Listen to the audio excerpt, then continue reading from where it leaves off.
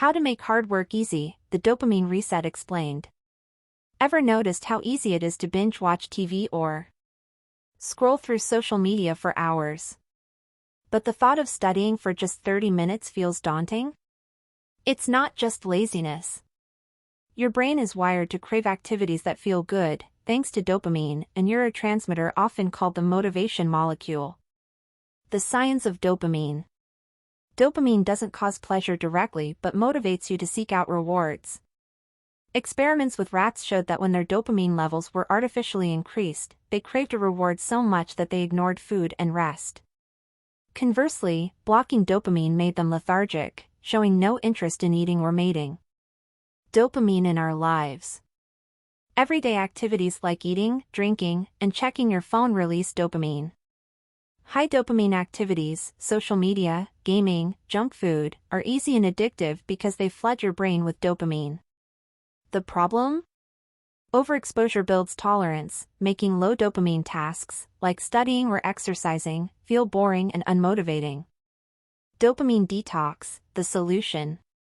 What it is: a day dedicated to avoiding high dopamine activities, giving your brain a break. No internet, gaming, junk food, or music. Focus on low dopamine, reflective activities, walking, meditating, journaling. Why it works: just like plain rice tastes great when you're starving, boring tasks become more enjoyable when your brain isn't overstimulated.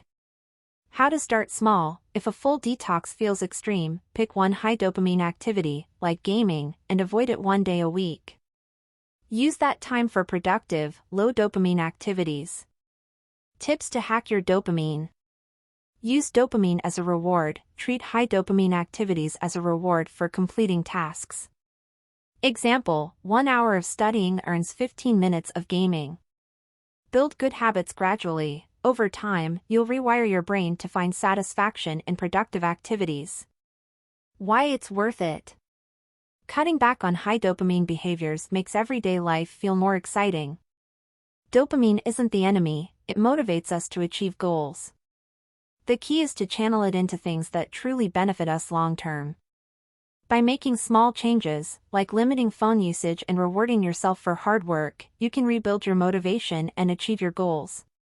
The choice is yours: let dopamine control you or use it to your advantage.